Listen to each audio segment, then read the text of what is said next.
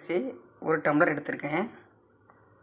அதில் அடியில் வந்து தினை வந்து கொஞ்சம் 1 ஸ்பூன் தினை அதையும் கலந்துருக்கேன். பாசிப்பருப்பு ஒரு 50 கிராமுக்கு கொஞ்சம் கூட, அது ரெண்டையும் கலந்து நல்லா கழுவி எடுத்துருவேன். 4-5 தடவை கழுவி எடுத்துருவேன். இப்போ கேரட்டு, பீன்ஸு, மிளகாய், இஞ்சி, 1 தக்காளி, கருவேப்பிலை, மல்லி இலை, வெங்காயம் இதை வச்சு பொங்கல் பண்ண போகிறேன். எல்லோரும் உப்புமா மாதிரி பண்ணுவாங்க, நான் பொங்கலாக பண்ண போகிறேன். இப்போ பொங்கல் பண்ண போகிறோம். அதுக்கு வந்து நெய் விட்டுக்கிடுவேன். ஒரு 3 ஸ்பூன் அளவு நெய். தேங்காய் எண்ணெய் அது ஒரு ஸ்பூன். இல்லை கரண்டு போயிடுச்சு, சூடாகட்டும். இப்போ காயப்பொடி சிறிதளவு போட்டுக்கலாம். கடுகு, உளுந்தம்பருப்பு, சீரகம், வெந்தயம், மிளகி கலந்துக்கிடுவேன். 1-2 தட்டி வச்சுருக்கேன். அது முடித்ததும் கொஞ்சம் வெங்காயம், கேரட்டை கலந்துடுவேன். கேரட்டு, தக்காளி எல்லாத்தையுமே அதில் கலந்துருவேன். எல்லாத்தையும் கலந்துட்டேன். கொஞ்சம் வேகட்டும். இந்த காய்க்கு தகுந்த உப்பு போட்டுக்கலாம், தேவையான உப்பு.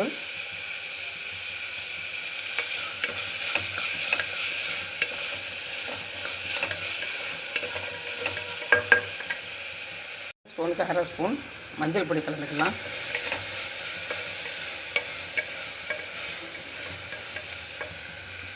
இப்போ வரகரிசியும் பாசிப்பருப்பும் இதுக்கு ஒரு 3/4 கப் இருக்குது. அதையும் நல்லா கலந்துக்கிடணும்.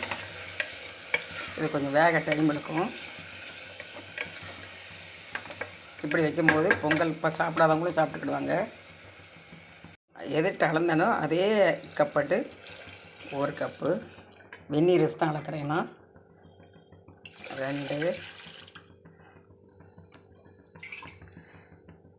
3 1க்கு 3 அளந்துருக்கேன். அப்போ தான் கொஞ்சம் குழைவாக இருக்கும், நல்லாவும் இருக்கும். பொங்கல்னாலே கொஞ்சம் குழைவாக இருந்தால் தான் இருக்கும். 2 கப் ஊற்றலாம், கொஞ்சம் வேகிற டைம் இருக்கும். இப்போ காயில் உப்பு போட்டிருக்கோம், அதனால் கொஞ்சம் உப்பு போட்டுக்கலாம். ரொம்ப உப்பு போட வேண்டாம். அதில் கொதி வந்த பிறகு குக்கர் மூடி போட்டு ஒரு 3 விசில் வச்சு எடுத்துடலாம். கொஞ்சம் மல்லித்தலை போட்டுடலாம், கொஞ்சம் கருவேப்பிலை போட்டுடலாம். இப்போ கொதி வந்துட்டு இப்போ குக்கர் மூடி போட்டு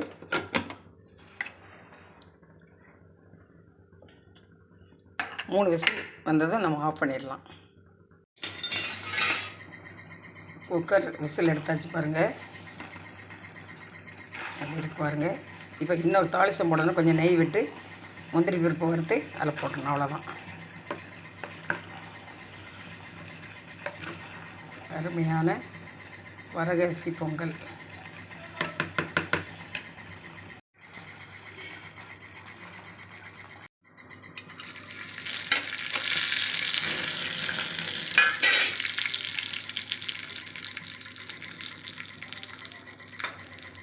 சரி, இதில் நெய்யில் முந்திரி பருப்பு போட்டிருக்கேன், வறுத்துக்கலாம்.